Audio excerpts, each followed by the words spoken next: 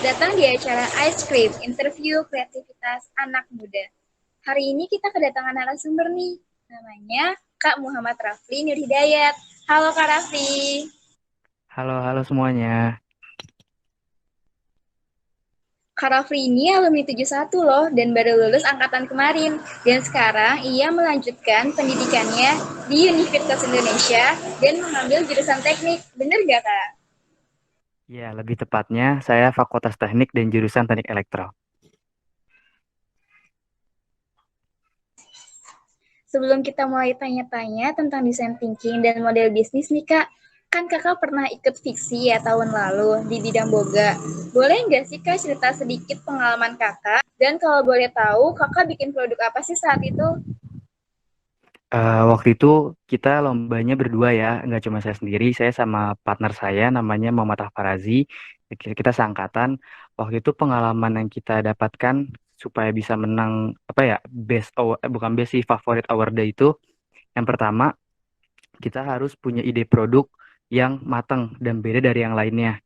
Terus juga produk kita itu harus benar-benar dibutuhkan sama masyarakat. Kemarin tuh kita bikin produk teh dari daun cocor bebek sama daun stevia. Nah itu tuh unik dan beda banget, tapi juga dibutuhkan sama masyarakat.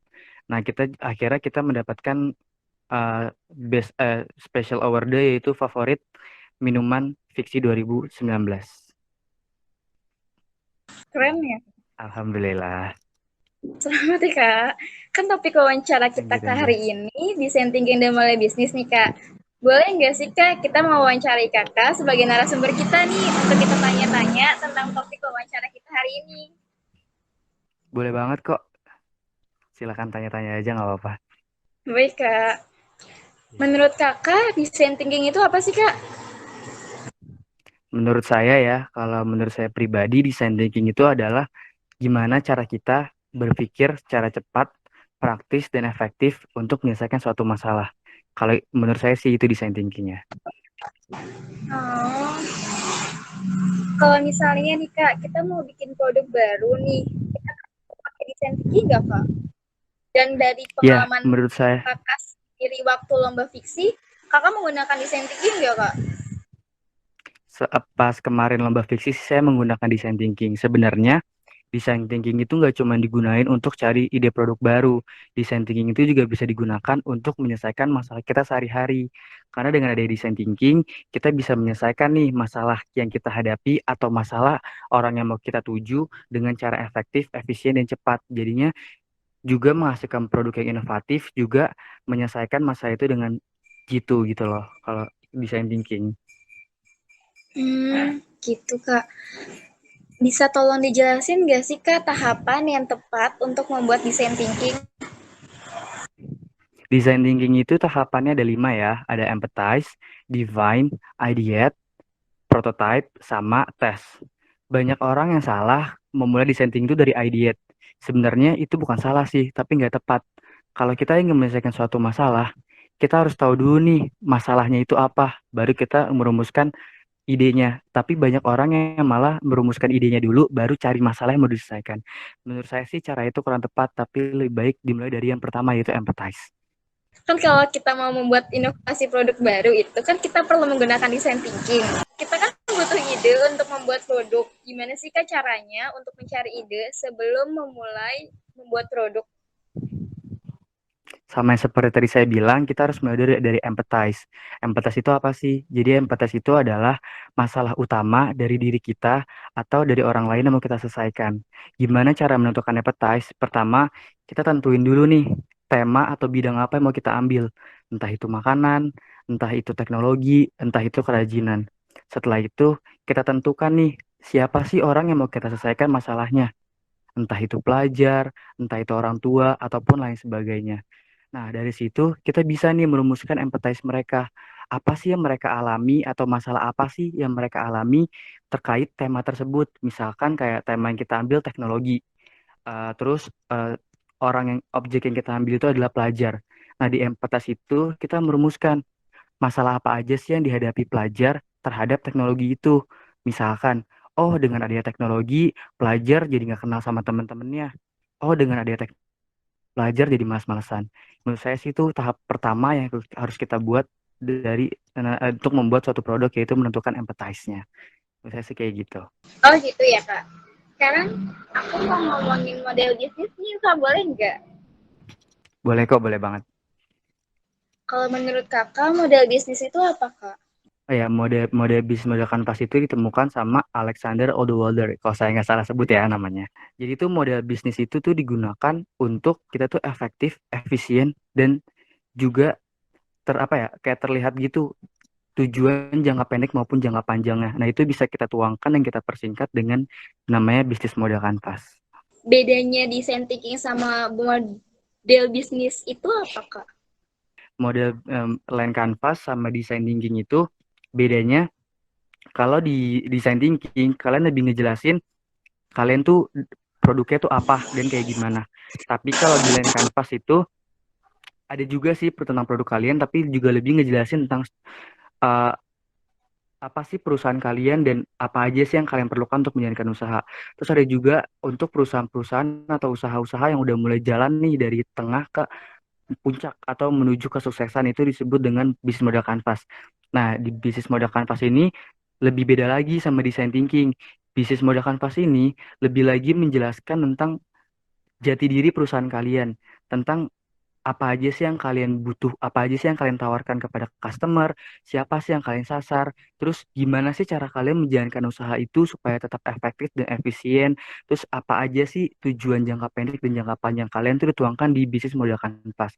Sedangkan design thinking itu kan cuma menjelaskan sebenarnya apa sih masalah dari masyarakat dan apa yang mereka butuhkan. Menurut saya sih itu perbedaannya ya. Terus tujuan kita pakai model bisnis buat apa sih kak? Penting nggak sih kita untuk bisnis? Model bisnis itu menurut saya kalau bagi masih pemula banget sih sebenarnya nggak begitu diperlukan. Tapi kalau kalian mau buat sih ya nggak apa-apa, itu bagus banget supaya perusahaan kalian tuh siap bersaing. Kenapa sih kita harus punya model kanvas? Karena dengan adanya model kanvas, kita jadi tahu nih arah perusahaan kita tuh mau kemana. Dan kalau misalkan ada satu atau dua target yang nggak kita penuhi, itu bisa langsung kita benerin di model kanvas. Terus juga keuangan kita jadi jelas nih dengan adanya modal kanvas, kita jadi tahu apa aja sih sebenarnya yang kita butuhkan. Itu sih menurut saya pentingnya punya modal kanvas. Oh gitu ya. Boleh jelasin nggak kak langkah-langkah yang tepat untuk membuat Modal kanvas itu ada 9 blok ya, saya tuh lupa jelasin, ada 9 blok. Dia ada matriks kanan sama matriks kiri. Ini yang saya bahas bisnis modal kanvas ya. Dia ada 9 blok, terus ada matriks kanan sama matriks kiri. Kita mulai dari isi yang menjelaskan tentang apa sih produk kita, siapa aja yang mau kita sasar. Terus selanjutnya kita isi matriks bagian yang kita bekerja sama sama siapa aja, apa aja yang kita butuhkan dan lain sebagainya. Terakhir baru kita menjelaskan kita butuh keuangan itu untuk apa aja dan gimana cara kita mendapatkan keuangan. Secara jelasnya sih yang pertama yang kita tentukan itu adalah customer segment. Setelah menentukan customer segmentnya, kita harus tentuin produk apa sih yang mereka butuhkan dan value apa yang mereka butuhkan di value proposition. Setelah itu, kita juga harus tahu atau mengisi namanya channels. Channels itu adalah gimana cara kita supaya menyasar customer kita itu, supaya mereka juga bisa membeli produk kita. Terus selanjutnya kita harus juga menjaga terus hubungan kita sama customer. Nah, itu kita tuangkan di customer relationship. Setelah kegiatan-kegiatan itu kalian ketahuin, kalian bisa nih langsung beralih ke matriks yang sebelahnya, yaitu ada kayak activities. Di sini tuh ngejelasin tentang kegiatan usaha kalian tuh utamanya apa aja. Misalkan kalian ada dua kegiatan utama, yaitu production dan uh, platform networking. Jadi kayak production itu kayak ngebuat produk sampai jadi, sedangkan platform networking itu kalian membangun image baik di masyarakat dengan produk-produk kalian buat. Selanjutnya juga kalian perlu nih menentukan key resource kalian. Key resource itu adalah sumber daya yang kalian butuhkan untuk menjalankan usaha. Key resource ini juga bisa sewaktu-waktu kalian gunakan untuk menambah modal kalian.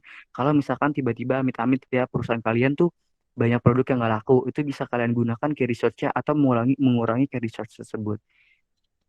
Selanjutnya, kita juga harus menentukan key activities kita. Kita tuh ngapain aja setelah kita bukan key activities, key relationship. kita itu selama menjalankan usaha bekerja sama sama siapa aja, entah itu sama pesaing kita, entah itu sama pemerintah, entah itu sama supplier kita. Nah, selanjutnya tuh ada matriks bawah, yaitu menentukan cost structure kita. Cost structure ini kalian nggak perlu ngejelasin jumlah uangnya di dalam matriks model Canvas, karena itu nggak muat.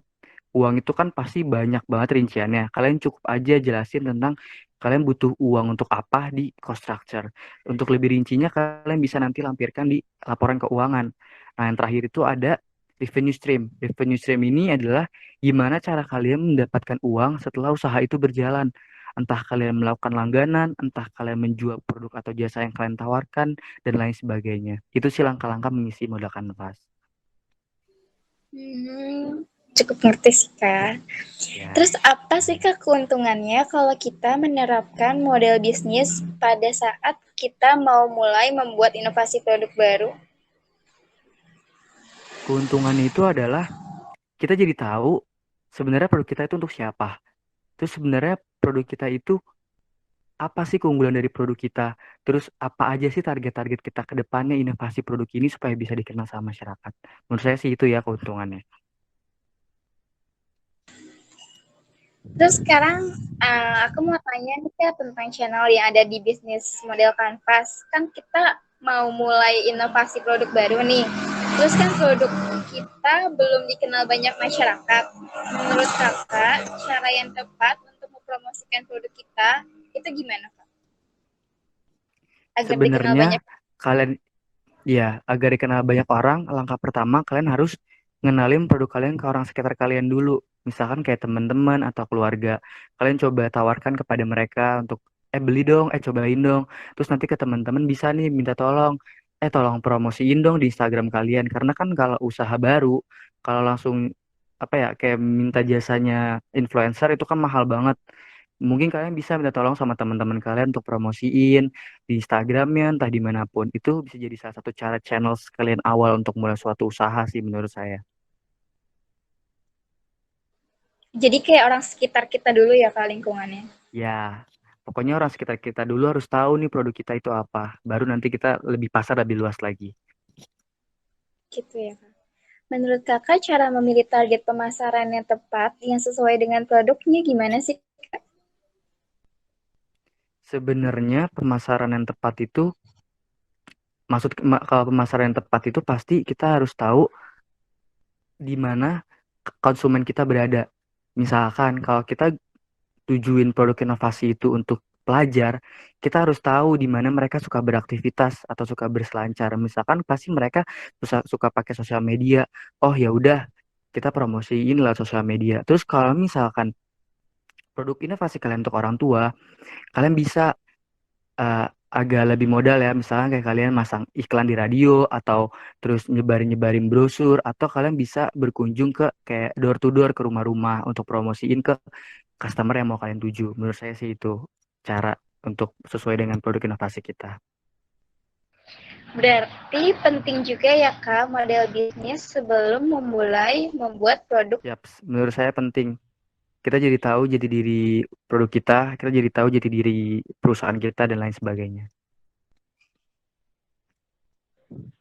Ternyata design thinking dan model bisnis Canvas sangat berkaitan ya, Kak, sebelum mulai membuat produk baru. Ya, betul. Wah, seru banget ya wawancaranya. Terima kasih ya, Kak Raffi, atas keluangan waktunya. Oh iya, Kak, ada saran nggak sih, Kak, untuk kita atau penonton gitu? Saran untuk kalian dalam memulai kayak suatu kalian mau bikin produk baru nih, saran saya sih jangan pernah takut untuk mencoba, jangan pernah takut buat gagal. Kalau gagal coba lagi, jangan pernah mau dikalahin sama kegagalan karena kalian tuh pasti lebih kuat daripada kegagalan itu. Baik, terima kasih ya, Kak Raffi. Sampai ketemu, Sama-sama, Kak. makasih juga semuanya. Iya, makasih ya. Ya.